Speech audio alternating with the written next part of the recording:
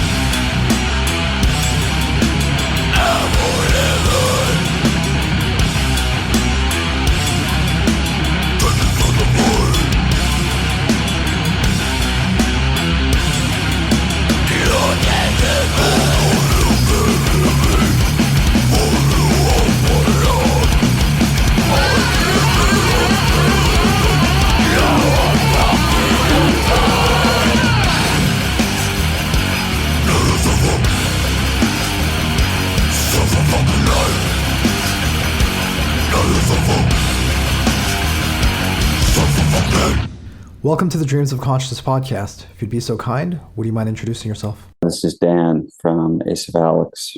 And Dan, how would you describe the music of Acephalix? Ripping, razor sharp death metal. And in this ripping, razor sharp death metal, is there a particular era or a particular style that you're partial to? Late 80s, early 90s, some mid to late 90s death metal. Yeah, some American, European, but mostly the old stuff. And I should mention that, Dan, you are also in Vastum and Dragcar. Is that right? I am. Vastum has been on the podcast before. I spoke to your bandmate, Layla. Oh, yes. Yeah, and maybe we can talk about Drakkar at the end if we have time. As far as Acephalix, if I'm not mistaken, you're the longest running member. Is that correct? I am, yeah. I formed the band with Kyle House in 2007. And in forming the band, what were your intentions? What did you guys hope to accomplish with this band? I mean, I think that the band was really a vehicle for the two of us to, I guess, sort of explore what was happening in our lives at the time. I mean, we're both punks and, into metal and, have been since we were kids, but we formed the band at a time when I think both of us were also becoming much more interested in spirituality and sort of thinking, quite deeply about how we wanted to live our lives. And so the band was very much and continues to very much be a vehicle for that kind of introspection. Now, you mentioned that you guys were punks originally, Yeah, it's hard to say, or you guys who love both punk and metal. yeah. When we speak about Acephalix's style, would you say those early recordings were a little bit different than what you guys are doing now? Oh yeah, I mean, dramatically different. Like our first demo was mostly inspired by like Motorhead, Cro-Mags, Sacrilege, British Sacrilege, Nausea, that kind of stuff. And I think our earlier sound was mostly in that realm. I mean, there was certainly a Voivod influence, an Amoebics influence, those kinds of bands. Metal punk, kind of crusty metal punk. Yeah. Bits of death metal here and there, but not much until the Interminable Night demo. And even heading into that first album, there's still quite a bit of crust and deviant influence, right? Oh yeah, heavily. Yeah. Yeah, I mean, that's yeah. The other band that I think was a big influence for us at the time was Anti-Cmex, like Scandinavian Jawbreaker era. But there was even a little Integrity in there.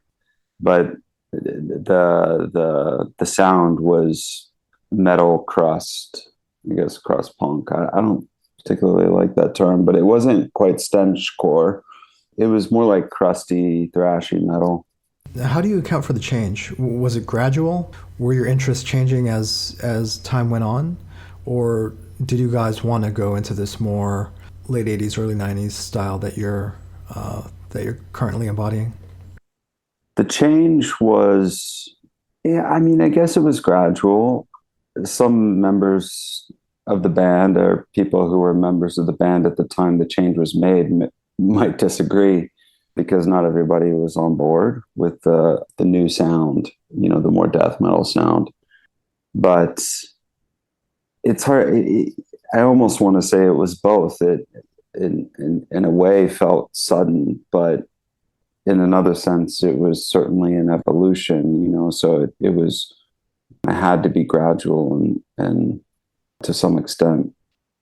As far as the sound and how it developed, how were you guys writing at the time? Who was handling most of the material? Kyle House is, he was really, I think, the architect of the sound, insofar as a band sound sort of begins with the riff, begins and ends with the riff. I think that we pooled our influences, and I certainly had a lot of input on the riffs that he wrote. And, every member of the band had input on the shape that songs would take. But Kyle's riffs were really the backbone of the band from its inception until, decreation when he departed. And no one else, I mean, it was, other members at times are better historians than I am, but from what I can remember, no one else contributed riffs. It was Kyle the whole way. When we started Vastum, Luca was also in Vastum, and Luca wrote songs for Vastum, but he didn't write for Acephalix. It was all Kyle. How familiar were you with Kyle's process? Did it always start with a riff for him? Yeah, I mean, it always started with the riff. Yeah, everything else came later. I mean, I think that over the years, I've increasingly used my voice as an instrument, a very percussive instrument, especially on the most recent recording. But my vocal patterns are always adapted to the riff. And, Dave's drumming, as distinctive as it is also, written in a way that emphasizes the riff. So the band is,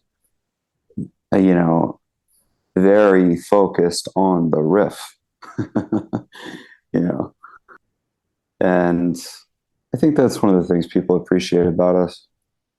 Yeah, absolutely. So, on this most recent album, Theothanatology, how were songs coming together for you guys? Who was responsible for most of this material? Well, yeah, this was a change for us because Adam Camara wrote this album. He wrote the riffs, and so he's the backbone of it. I do think that his style was very informed. His writing style for this album was very informed by Kyle's style. And, I mean, he joined the band when Kyle was still in it. So, and he was a fan of the band before he joined. So I think did an excellent job giving his own spin on our sound and really making it his own and pushing the band in some newer directions that are still a continuation of what came before. But yeah, I mean, he along with Colin Tarvin, who wrote some of or he contributed to some of the writing, but I'm not quite sure how much. And they were playing in Mortuous together, but Colin left to focus on Mortuous, and so really I think that when it comes to the riffs for this album, it's all Adam Camara, the majority of it. So let's take a step back and talk about how Adam got involved with the band. Did he join after Decreation? Oh, this is where I'm a terrible historian. So he definitely joined after Decreation. He wasn't on that album, but I was trying to remember how long after Decreation he joined. And yeah, I have a hard time with that. I think Decreation's 2017. By 2018, he was definitely in the band. Yeah, I embarrassingly want to pull up Encyclopedia Metallum. Yeah, so he joined after. That was the question, so I guess I answered it. Yeah. And I should mention that Adam isn't the only new member on this album. Do you want to talk about the rest of the band and how they became involved with Acephalix? Sure. So Erica is an old friend of the band. I mean, we've known each other for some years and have played a number of shows together. And, we've always admired her style, her playing style, her presence, and really jumped at the chance to have her join the band on a permanent basis. I mean, she joined initially when Luca was very busy touring with Necrot, which I think was in 2018. She's going to kill me for not sort of knowing these dates, or maybe she won't care too much, but she would know these dates. She's a good historian. So she joined on a temporary basis, but then Luca was just, too busy, and she eventually joined permanently. But for a while, I mean, she was a live bassist. So it's not really until, fairly recently that she became a full-time member of the band, like by fairly recently, I mean, within the last year. And then Adam, the other Adam, he was our European guitarist, or the touring guitarist on our European tour in 2013. So he, along with Jamie from Black Breath, were our touring musicians. So it was me and Luca, and then Jamie and Adam. And so Adam, I mean, he's been in the band. I mean, he was just a live guitarist, but that was a very formative experience for us doing that European tour. And it almost feels like a disservice to say that he was just a live guitarist, because I'd almost felt like we had to become a new band in order to do that tour. Like it was, we had what felt like, we practiced for like a few days before we went on that tour. And I think we barely played together, and it felt like it was going to be a feat to pull it off, but we really gelled over the course of that time. And so having him rejoin was a meaningful thing for me. And yeah, he is actually no longer playing in the band, but he was part of this album, and he, will be a very important part of our history. And, when we look back on it in years to come. So am I correct in understanding that Kyle previously handled all the guitars on the recordings, but live you guys had two guitarists? Yeah, we did, here and there. So there have been periods of time where we just played as a four-piece. Currently that's how we're playing when we just played, Seattle with the one Adam, and then Copenhagen with the other Adam. That's what we are at the moment. And that's a big part of our history with just Kyle on guitar. But there have been periods where Adam Chimera, I believe, has played second guitar with Kyle, but we definitely played as a four-piece with Adam Chimera on bass and Kyle on guitar. And then, we had a lineup with Eric, Adam Chimera, and Colin Tarvin for a while. So that was, I think 2.5, maybe 3 years. I'm not totally sure, but there were two guitarists until Colin left to focus on Mortuous. So yeah, we kind of,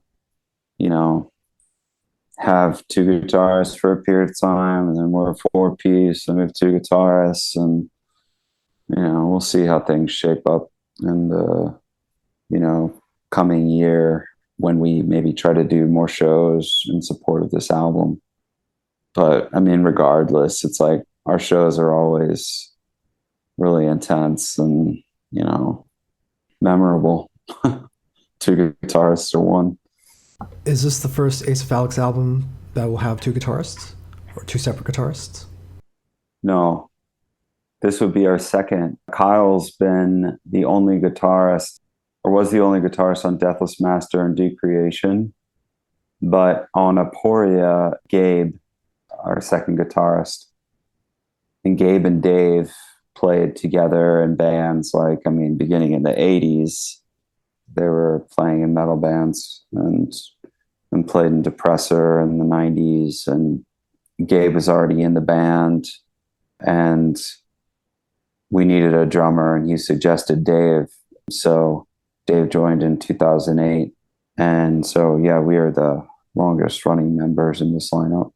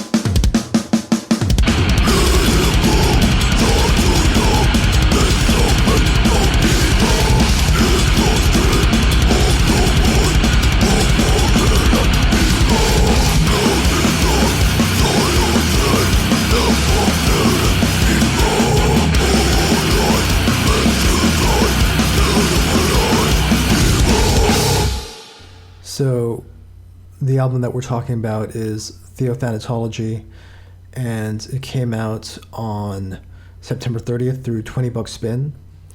We spoke a little bit about Adam Kamara's contributions to the album and how he actually created most of the riffs and the music on this album. Was he also doing most of the arranging? Most of the arrangements. Yeah. Well, I think that the arrangements were, it's hard to say because Dave would be able to answer that question better than me, Dave or Adam, but they're the ones who wrote the bulk of the arrangements. I think that Adam, of course, had an idea of how he wanted the songs to sound. And I mean, to the extent that, the riffs that he wrote are already arranged. And so, I mean, he wrote the arrangements, but, when you enter the practice space and begin to write with somebody else, things change. And the primary person he was writing with was Dave. So him and Dave are the ones who wrote most of the arrangements. I added input later on down the line and made some suggestions about, the length of riffs or riff placement or things like that. But my contribution in that regard was pretty slim. When did you guys actually start working on this album? I think that Adam probably started writing in 2020. I think that's actually, no, maybe like 2019. I mean, I remember hearing some riffs some years ago, but I mean, everything slowed down with the pandemic, and then it simultaneously slowed down and sped up. So he moved to Alaska during the pandemic, and so I think that there's a way in which the pandemic maybe slowed down the writing for this album, or and certainly the writing with Dave. But once they started getting together and Dave was figuring out his drum parts and everything, and they were really committed to finishing the album, which may have actually been in anticipation of Adam moving. So there was this kind of pressure to finish it. Don't quote me on that, but I wonder if that was the case. Once, the ball was rolling, it happened very quickly. I mean, I sang many of these songs for the first time in the studio, and I wrote my parts. I mean, I had them in my mind because I tend to come up with vocal patterns in response to a riff pretty readily. So I begin to think about how I'm going to sing almost instantly when I hear a riff. But I didn't actually sing the parts for a number of these songs until I was laying down my tracks. Did you get to hear any kind of like pre-production or demos before you went into the studio? Oh yeah, for sure. Yeah, I mean, yeah, I need that. I had that for about a week, maybe a bit longer. Can't quite remember, but I wasn't like practicing my parts at home with that on like full blast and like death grunting or something. I'm like thinking, imagining to myself how I could sing and what it might sound like. And then I, give it a shot in the studio and sort of cross my fingers. And yeah, it worked out, I think. I'm very happy with the album. Yeah, the album is great. Did you come up with the title, Theothanatology? I did, yeah. Do you want to explain what that means? Sure. I mean, all of our album titles are references to pretty key ideas for philosophers or theologians or, thinkers. And, thinkers who I like to read and write about. With the exception of Deathless Master, that was just kind of like a combination of two words that sounded cool. Although, if you give me like some time to just associate to those two words, I could argue that there's a through line between, our earliest recordings and Theothanatology, conceptually speaking.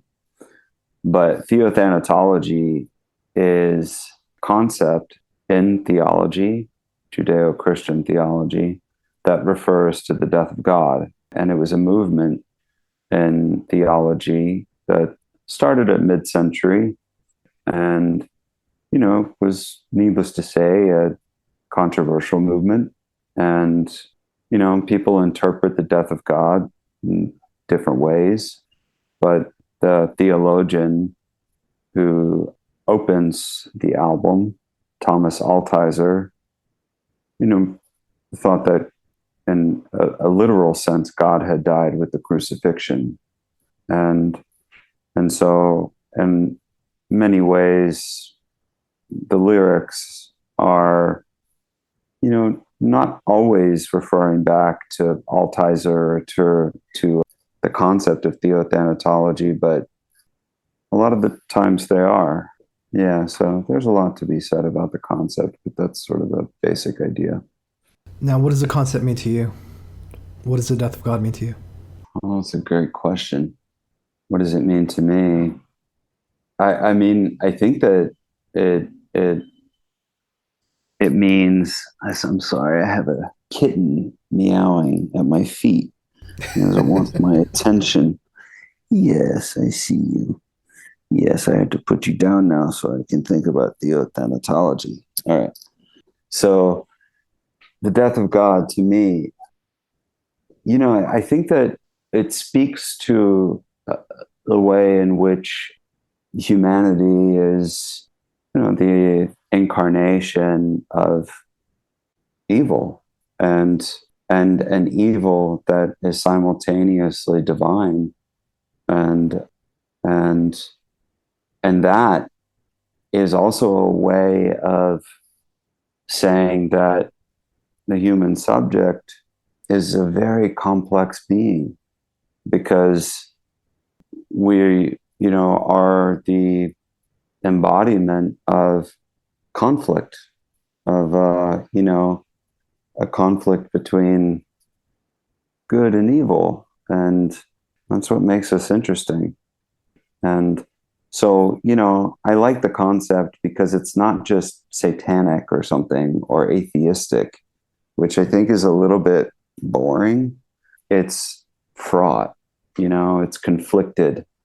It's both a kind of an appreciation of the divine and a total denigration of it, because that's what the crucifixion is.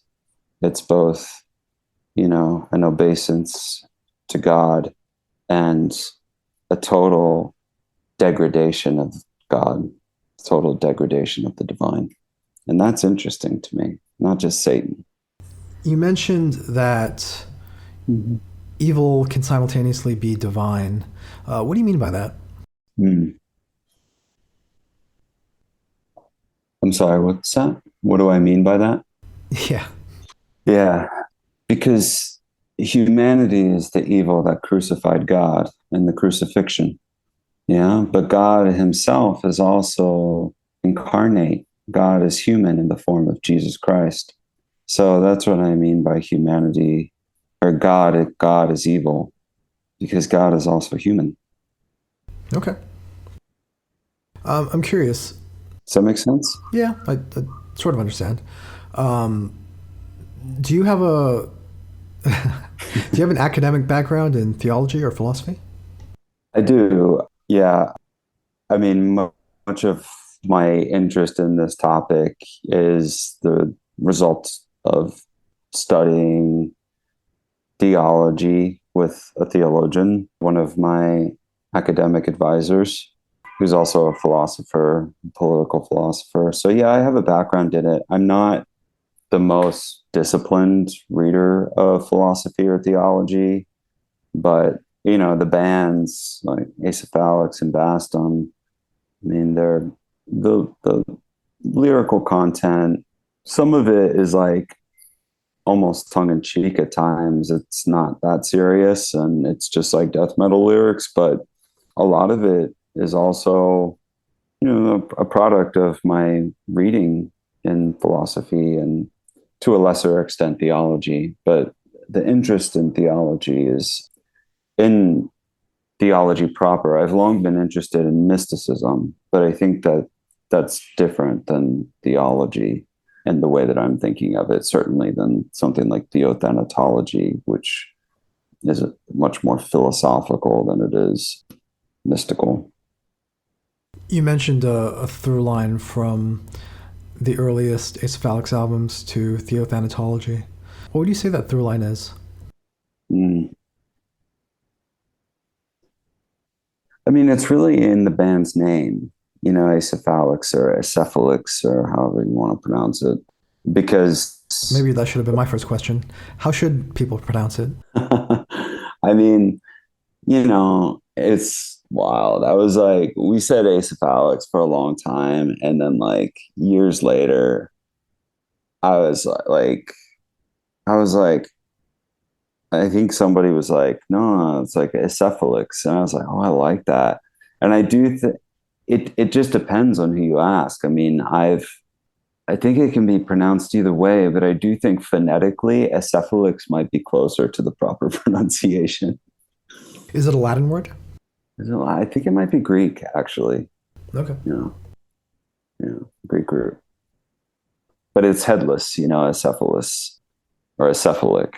And Georges Bataille, who's been a huge influence on our lyrics since the beginning and influence from Vastum, and he formed a secret society called Acephal in France in the 30s or 40 or early 40s, and a journal by the same name. And so that's where the band name comes from.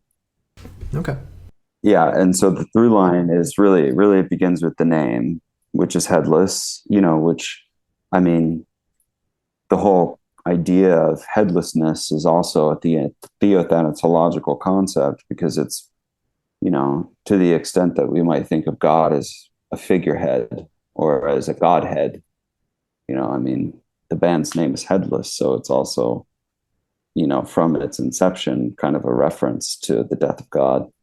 And you mentioned your crust background and the hardcore background that you and some of the other members had in forming Acephalix. Is the idea of headless also related to the idea of no gods, no masters?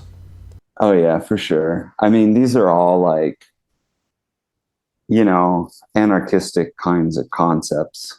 And Bataille, I mean, is read by a lot of people as an anarchist of sorts.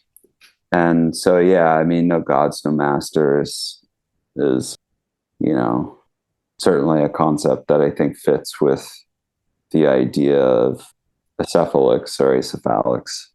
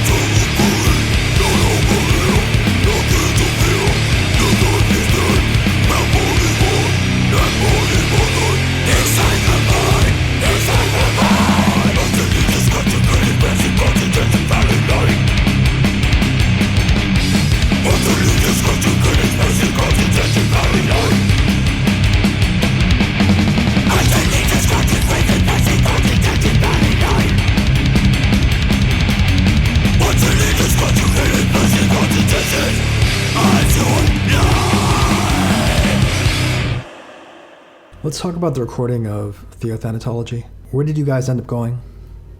We went to Earhammer, Greg Wilkinson, and we've, worked with Greg since Decreation. Actually, yeah, I'm checking here. Yeah. We worked with Jeff Leppard, who passed away on our earlier, recordings. They were all with Jeff at Lennon Studios. And Jeff recorded a number of Bay Area punk and crust and metal bands and was a musician himself. But then, after Jeff passed, we started working with Greg, and Greg actually took over a recording that Jeff had started for Vastum, and Jeff passed away before we were able to complete it, so Greg finished it. But that's sort of a side note. Yeah, we went to Earhammer and love working with Greg. So Greg Wilkinson comes up a lot on this podcast. He's a Grammy Award winner. He works with a lot of the metal bands in the Bay Area. For you guys specifically, what was the appeal of Greg? What was the appeal of Greg? In many ways, it's not only are we happy with his engineering and, not only are we happy with his engineering, and I think also his production, because there are times when he can sort of step in as almost something like a producer. He has very helpful suggestions, and I've really valued having him as someone to bounce ideas off of, and kind of like almost be a muse for me in the studio at times. And so not only is he great in that regard, but he's just a really good friend, and we feel very comfortable working with him. So that's why we've gone to him. But he's also, gained much deserved recognition for his work with a lot of death metal bands actually over the years. So yeah, there's a number of reasons why we go to him. And from a technical standpoint, what would you say he brought to your sound? This recording sounds sick, it's really beefy, and there's a real kind of sharpness and clarity to it that I think represents our sound really well, because I think we've always riff wise, the riffs have always been, that's why I said razor sharp, there's always been like kind of a sharpness to them. And on this recording, above all the others, I think that that's captured the most, or the best. So I think that would be one thing. Yeah, I love the mix. I don't know. I mean, I love the way that it sounds. I'm not sure what else to say. I mean, I think that's all there is to say, right? It sounds great, and Yeah, yeah, you guys like the way you ended up sounding. yeah, it's killer. I'm super stoked on this album. Yeah. And the thing that I love, one of the things I love about it the most is like it felt really easy. Sometimes like recording an album, writing an album, recording an album can be very laborious, both in terms of time, but also emotionally, like there's a lot of like band dynamics and stuff that go into trying to complete the album or trying to write the album. And this didn't feel like that. It just felt like everybody was doing their part and everybody trusted everyone else to do their part. And people, I think, because of that trust, were really able to excel at what they contribute to the band. You mentioned the spoken word passage that opens the album. There actually are a few scattered throughout the album. Do you want to talk about that a little bit? Are these all passages that relate to the idea of theothanatology or godlessness? Yeah, and I think that, what's interesting is I might make a little, not to be too pedantic, especially because I don't feel like I know this theology of this materials like super, super well. And I know it well enough to be able to talk about it and have, a reasonably rigorous conversation about some of it. But I do think there's a difference between godlessness and theothanatology, only because it's not as if it's a dead God, not necessarily. There is it's an absent God too, I suppose, or godlessness, but it's also God is present but dead. So, well, anyway, let's have that conversation. Yeah. What is the distinction between a dead God and the absence of God? I think that, I mean, keep in mind, I'm not necessarily disagreeing with you. I'm just curious as to what your thoughts are, because what I'm getting at, because I have dead parents, but that doesn't mean I didn't have parents. So I do understand the distinction, but I'm just right. I'm curious what your philosophy is behind it. Yeah. I think that I think because there's still, even in the death of God, God still has a kind of presence in death. I think that's one of the ideas, that the presence of God is it's simply something that, or not simply, obviously, but it's something that is immanent, IMMANENT,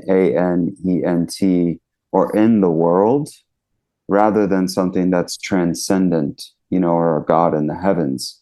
So, the death of God it's something that situates God in the material or profane world, rather than, just the sacred or some, a sacred kind of divine or transcendent realm. And the fact that God is dead is the thing, the death of God is what's profane. Or there's a way in which a dead God is still a presence. There's still a presence of God, I guess, in short. Yeah, but I don't know, that maybe didn't answer the question very well. Right. It's a distinction between something being removed or something being never having been. Right, exactly. Yeah. Which is an important distinction. Yeah. I understand. Yeah. And as far as the spoken word passages, where did those come from? And what was your approach to including them in the recording? Yeah, I think you're referring to some of the sort of more chant-like vocals or the kind of cavernous spoken word passages. In addition to the opening, you're doing a little bit of like a Dan Serrano kind of thing, right, with your vocals. Mm-hmm. But there are also some recordings included on the album as well, right? Passages from yes, from Altizer, Thomas Altizer. Yeah. So, and they're all from Altizer. It's all Altizer. Yeah, all from the same talk. Yeah. And I could have pulled so many. I mean, there are a number of interviews, like presentations and interviews and stuff with him that have some good lines. But yeah, they're all Altizer. And they all relate to the idea or the philosophy of Theothanatology? Yeah. Okay. Yeah. Cool. Yeah.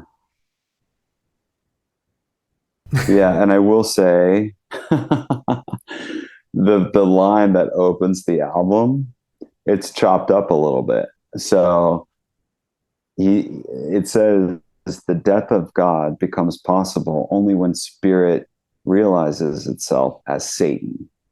That's what it says on our album. But in the actual presentation, he says the death of God becomes possible only when spirit realizes itself as not Satan, something else, but another form of, what we could broadly refer to as the negative.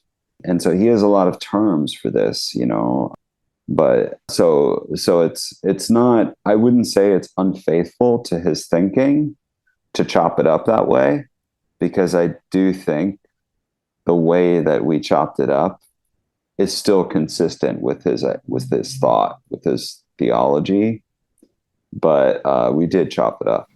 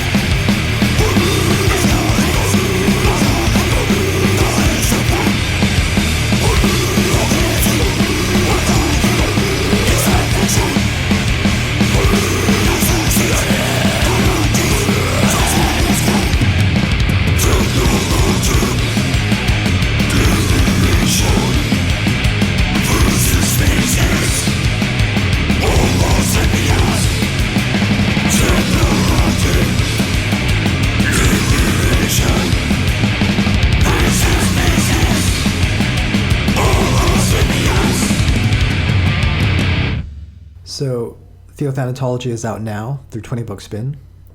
Dan, how can people order the album? What's the best way to get it? Yeah, so you can get it from 20 bucks spin. You can go to our Bandcamp page, which Acephalix, bandcamp.com. I don't know. Let me see. Let me Google it. Yeah, Acephalix, bandcamp.com. I think those are the best ways. I mean, it's like, it's like streaming and stuff too. Like, yeah. Yeah, but Bandcamp and 20 bucks spin. And do you want to say anything about the physical releases or the variants that 20 Buck Spin is putting out? Physical releases, the variants. There are some color variants. There was a clear one. I think that it was supposed to have some color in it, but the plant, fucked up the order, so that didn't happen. I guess that's not really selling you on it. But yeah, there's some variants. I can't really speak to what they are because I don't know. Are they actually pressed, or is it something that's going to come out at the end of the year? Gosh, I mean, I think that they are pressed. Yeah, I mean, I've been seeing I haven't actually received a physical copy myself, but a lot of people on Instagram have. I don't know where they're getting them, but yeah, clearly some LPs have been pressed.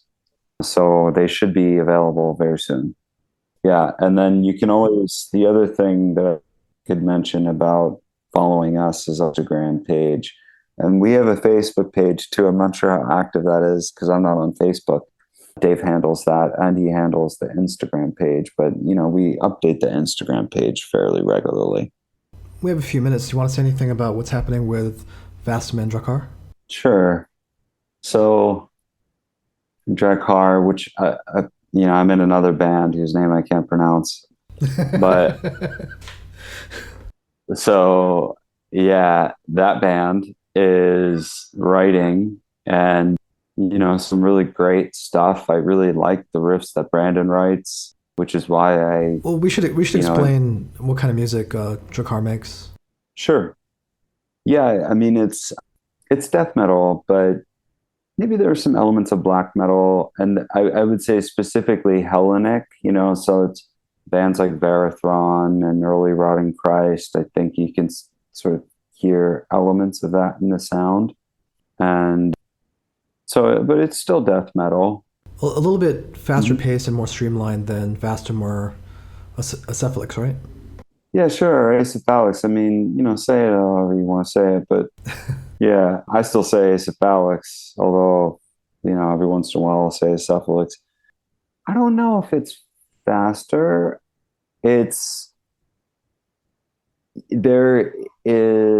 more layering of the guitars. There's more melody for sure, I think, in Drakkar. So yeah, and I would say the recordings are maybe a little bit, or the album is maybe a bit more lo-fi sounding, and there's I sing a little differently in it. There's still deeper growls, but there's also sort of a higher pitched, raspier, almost blackened vocal style that appears on, Acephalix and Vastum recordings here and there, but it's a bit more predominant on Drakkar. Yeah. So Brandon is writing for the next album, and I think we're gonna try to play a live show in January. Not sure, we'll see. And then hopefully we'll play some shows. I think that we have some on the books for early summer, a festival or two. So yeah, and then Vastum has the riffs written for an album, and I guess most of the drum parts too. People are spread out now. Shelby moved to the East Coast, and everybody's quite busy, and so it's kind of hard to keep track of how much progress has been made on an album and or on the writing. But I'm pretty sure that I know that enough has been written for a full album, and I'm pretty sure the writing is complete, although I haven't heard one of Shelby's new songs.